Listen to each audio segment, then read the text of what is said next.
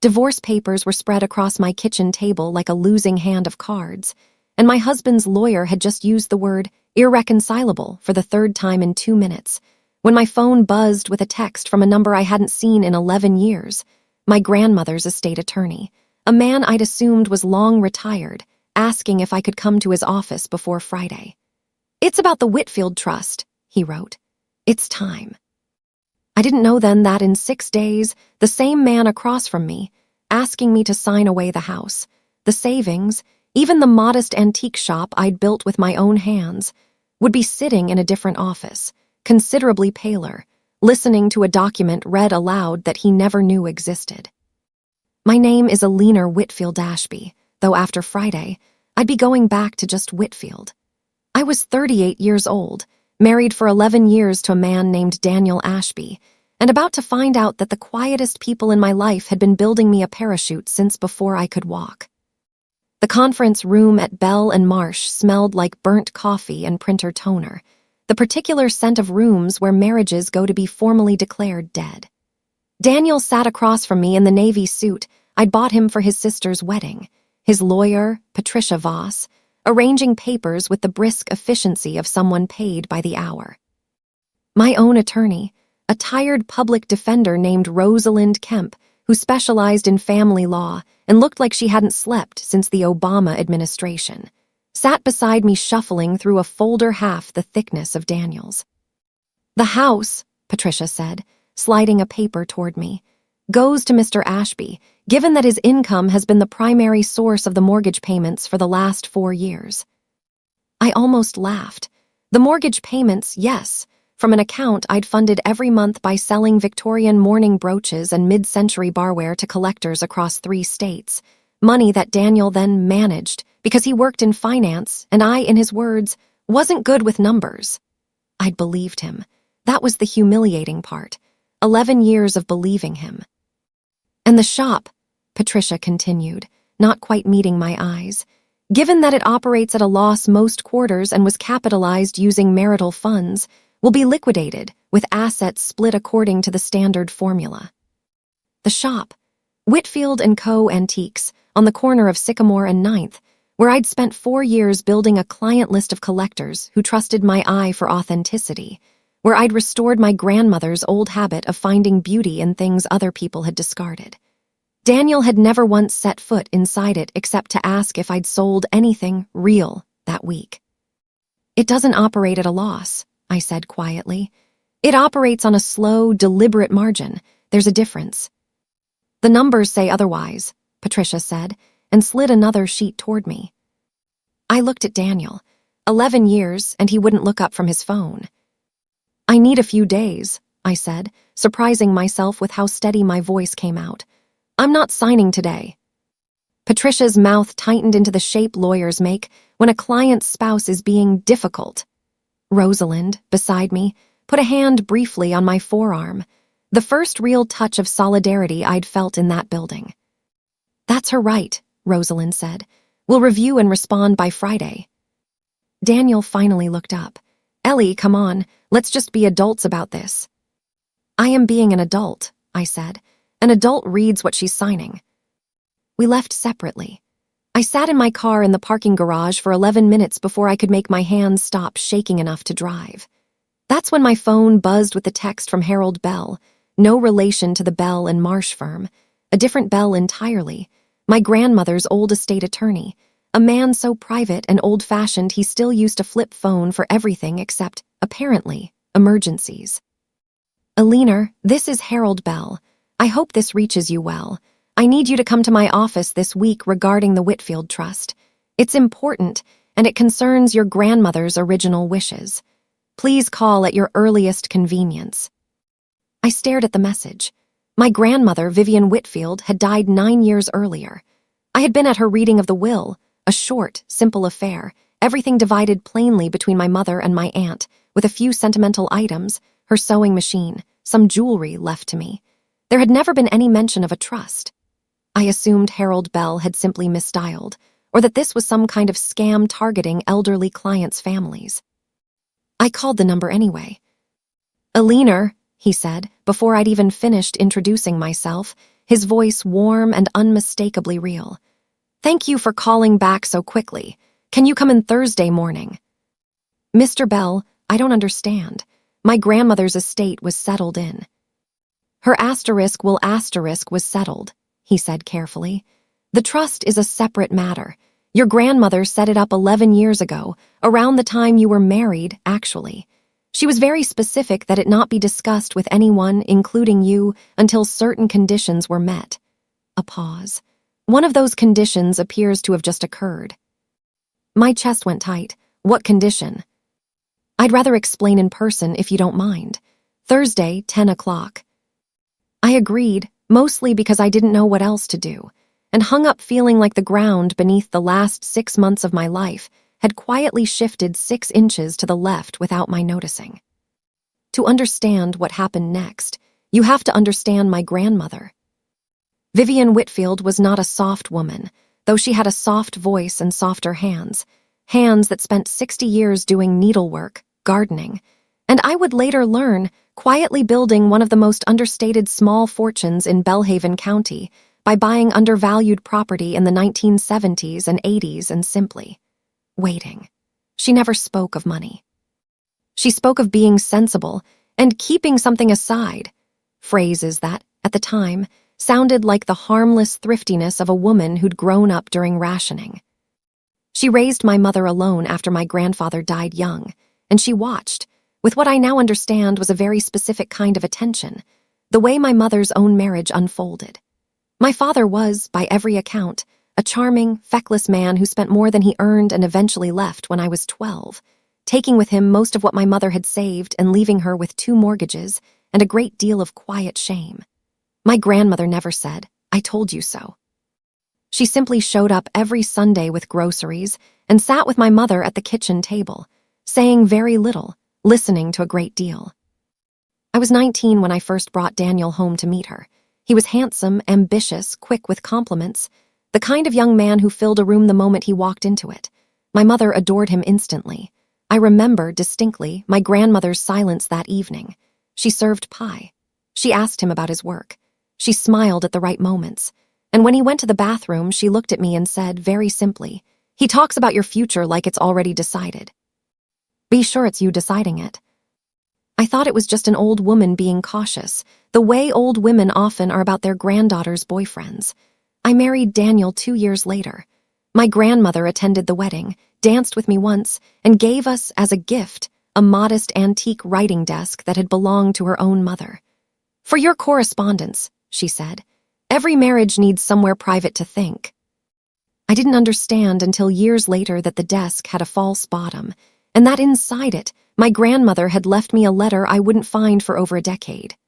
A letter that, it would turn out, Harold Bell had a copy of as well, sealed, waiting for the day I finally opened that drawer. She died 3 years after the wedding, of a stroke, quickly and without much suffering, which was its own kind of mercy. At the reading of her will, everything seemed straightforward. Modest jewelry to my mother and aunt, the sewing machine and a set of china to me, the bulk of her modest-appearing estate split between her 2 daughters. I remember feeling a small, guilty pang of disappointment, not for money, exactly, but because I'd expected some private gesture meant only for me, something that acknowledged the particular closeness we'd shared. Instead, I got china I never used and a sewing machine I didn't know how to operate. It would be 9 years before I learned that the will everyone saw was only half the story, that my grandmother, quietly and with the same patience she'd applied to everything else in her life, had set aside a second, separate structure entirely. The Whitfield Trust. Funded not from her visible estate, but from decades of property she'd purchased and held under a small holding company nobody in the family had ever noticed, precisely because she never spoke about it. And she had built it, Harold Bell would tell me on Thursday, entirely around one condition: what would happen to me financially in the event my marriage ended. Harold Bell's office hadn't changed since I'd been there for my grandmother's while reading, same worn leather chairs, same smell of old paper and pipe tobacco he swore he'd quit decades ago. He was in his 70s now, silver-haired, sharp-eyed, the kind of lawyer who still believed a handshake meant something. "Eleanor," he said, rising to greet me. "You look well, tired but well." "I'm getting divorced," I said, because there didn't seem to be a point in dancing around it. "I know," he said gently. "That's rather the point of this meeting." He slid a thick folder across the desk. On the front, in my grandmother's careful cursive, were the words, "For Eleanor to be opened only under the conditions specified. VW." "Your grandmother came to me 11 years ago," Harold said, "shortly after your engagement was announced. She'd known Daniel for perhaps 4 months at that point. She asked me a strange question. She asked, if a marriage were to end badly, through no fault of the wife, how would a person make certain her granddaughter was protected, without that granddaughter ever feeling watched or doubted, or like her grandmother didn't trust her judgment?" I felt my throat tighten. She didn't trust him. She didn't distrust him, specifically, Harold said. She was careful about that distinction, and she made me be careful about it too. What she told me was this. She had watched your mother go through a divorce with nothing, because everything of value was in your father's name, and because your mother had never been taught, by circumstance or otherwise, that a woman should always keep something entirely her own. She said she didn't want to prevent you from loving whoever you chose.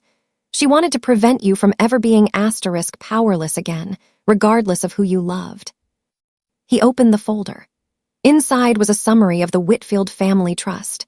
Established using proceeds from 4 commercial properties, my grandmother had purchased in the 1970s under a holding company called Sycamore Holdings, LLC, properties that had appreciated substantially over 5 decades, and now, according to the most recent valuation, totaled just under $2.8 million.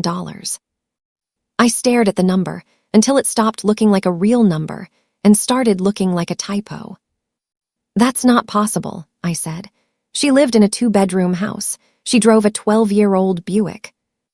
"She lived exactly as she wished to live," Harold said, something like admiration in his voice. "And she quietly built something extraordinary on the side. The trust was structured very specifically. It remains entirely separate from your marital assets. It cannot be touched, claimed, or considered marital property in a divorce. Because it was never in your name to begin with, it's held in trust, with you as sole beneficiary, activated upon either your grandmother's death and your 40th birthday, or, and this is the clause she was most insistent on, upon the dissolution of your marriage, whichever came first." "She planned for my divorce," I said slowly, 11 years before it happened. "She planned for the possibility, Harold corrected gently. "The same way you might buy insurance you hope never to use. She told me, very plainly, that she prayed she was wrong about needing this clause. But she also told me that hope is not a financial strategy, and she'd learned that the hard way through your mother." I sat back in the chair, my mind reeling through 11 years of marriage, the antique shop Daniel dismissed, the finances he managed, the quiet, persistent erosion of my sense of my own competence, and felt something shift from grief into something colder and clearer. "There's one more thing," Harold said, and his voice changed slightly, taking on the careful tone of a man about to deliver news he knows will land hard.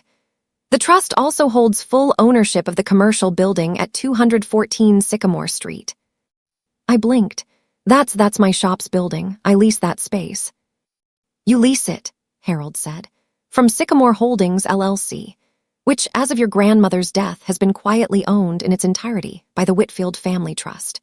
Which means, Eleanor, that for the past 9 years, you've been paying rent to yourself without knowing it, and the building your husband's lawyer intends to have appraised as a marital liability inside your failing antique business is, in fact, an asset you have owned outright since before you ever set foot in that appraisal meeting." I put my hand over my mouth. Whether to hold in a laugh or a sob, I genuinely couldn't say. "Does Daniel know any of this?" I asked. "No one knows," Harold said.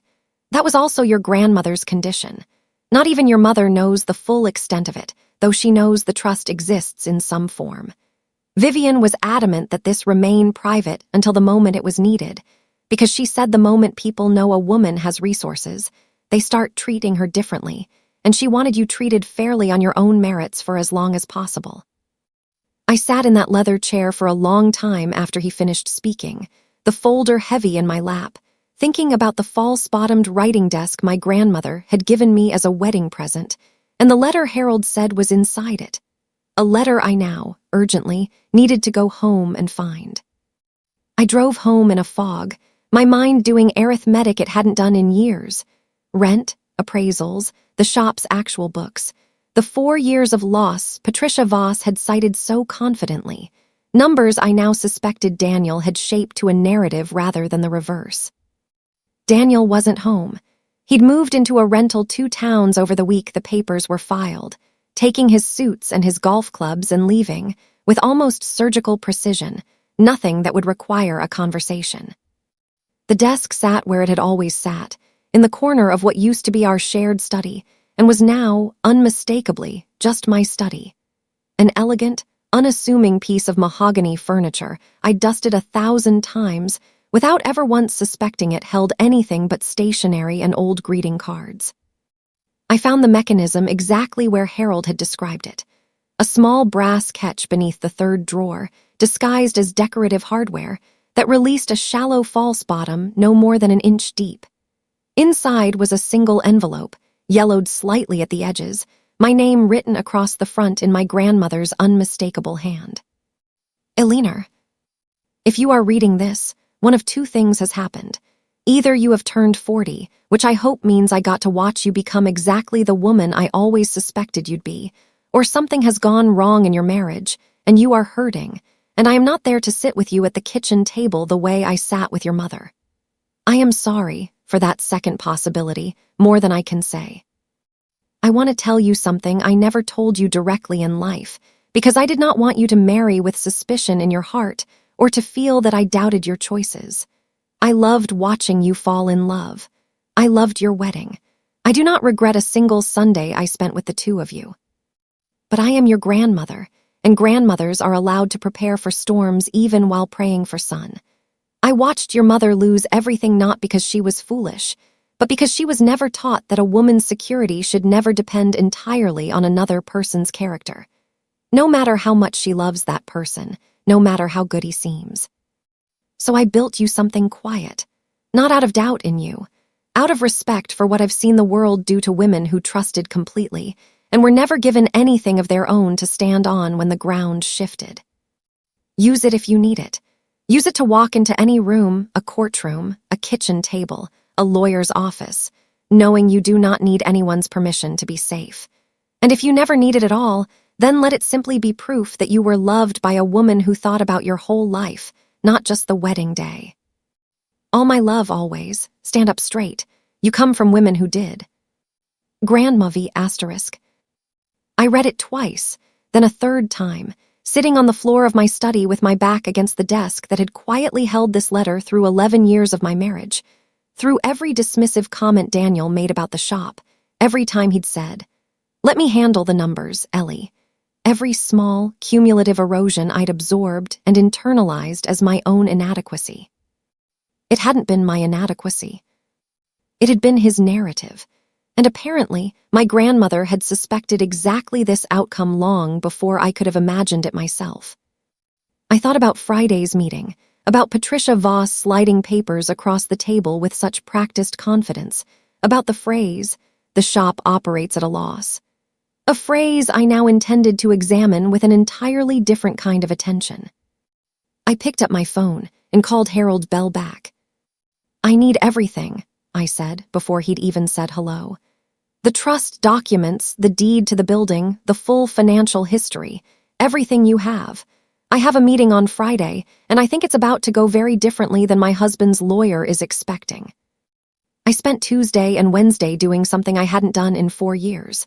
Looking at my own shop's finances with fresh eyes instead of second-hand summaries.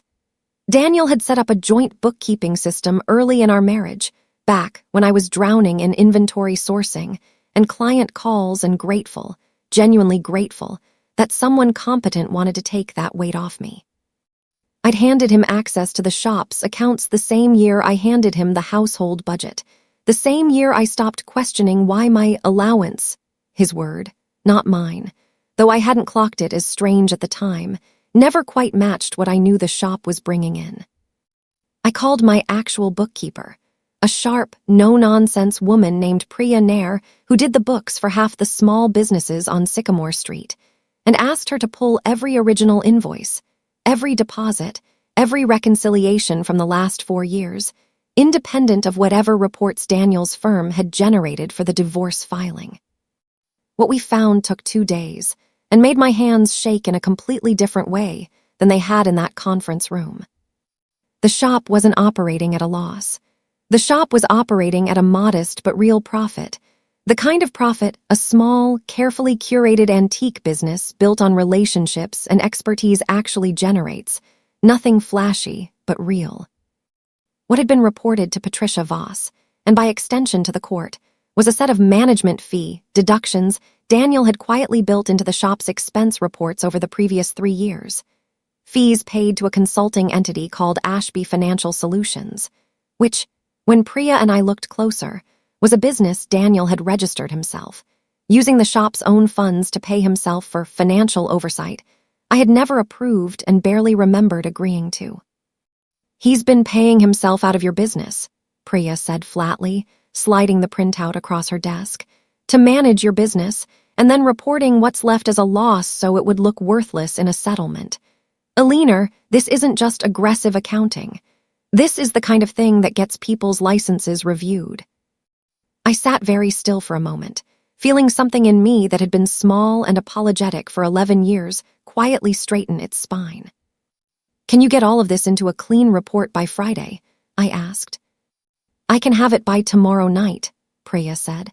"I've been wanting an excuse to go through these books properly for 2 years. You never let me because he said it wasn't necessary." "I know," I said. "I'm letting you now." Rosalind Kemp's office was smaller than Bell and Marsh's, tucked above a dry cleaner's. But when I walked in Thursday afternoon with Harold Bell's folder in one hand and Priya's finished report in the other, it felt, for the first time in months, like I was walking into a room where I actually had ground to stand on.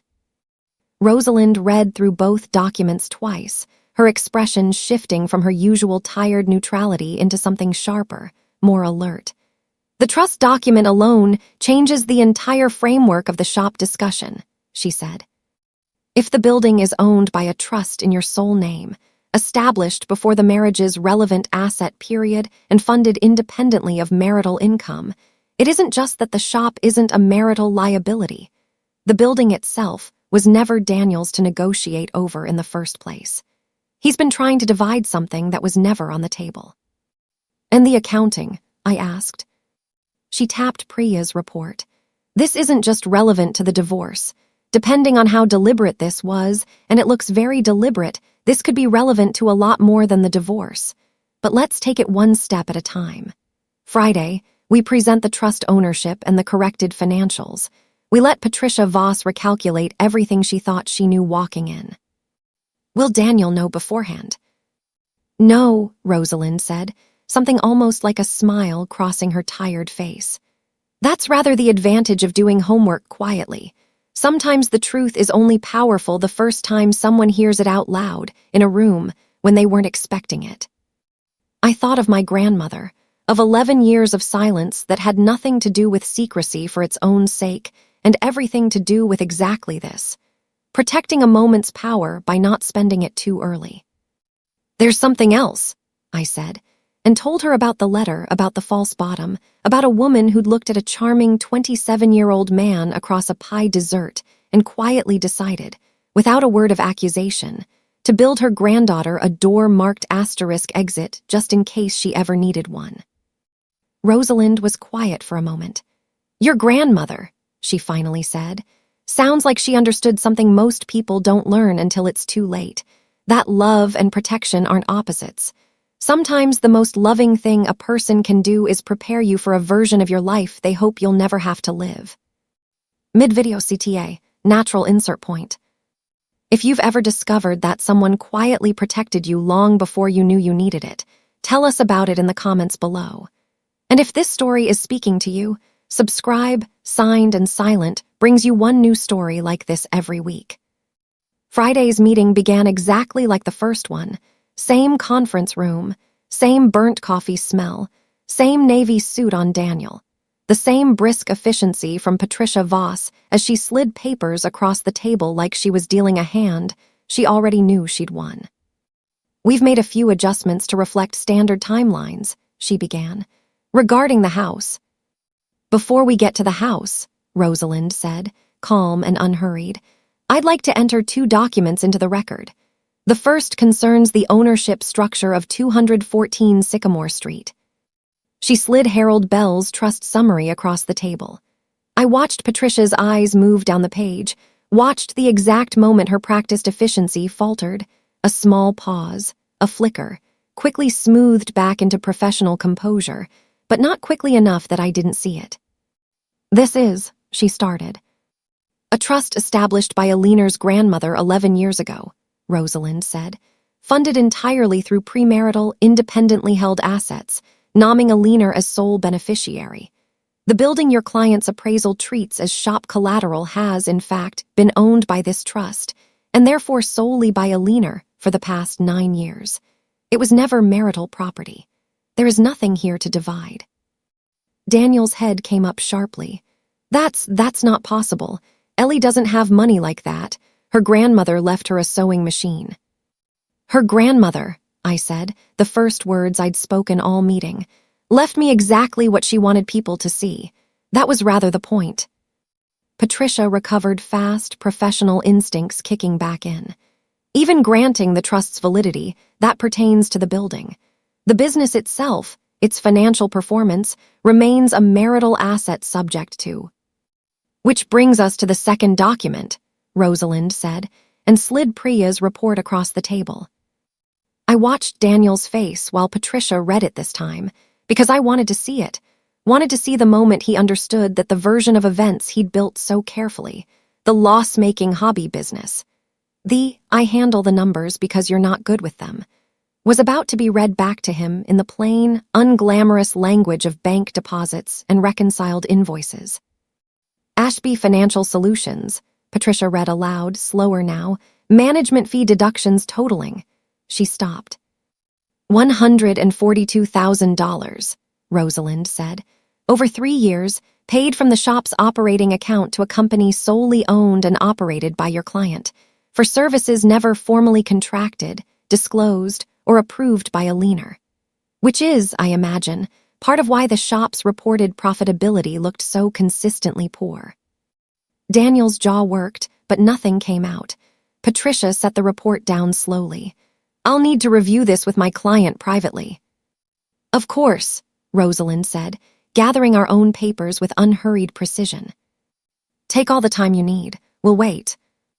I looked at Daniel one last time before we stepped out into the hallway. He wasn't looking at his phone anymore.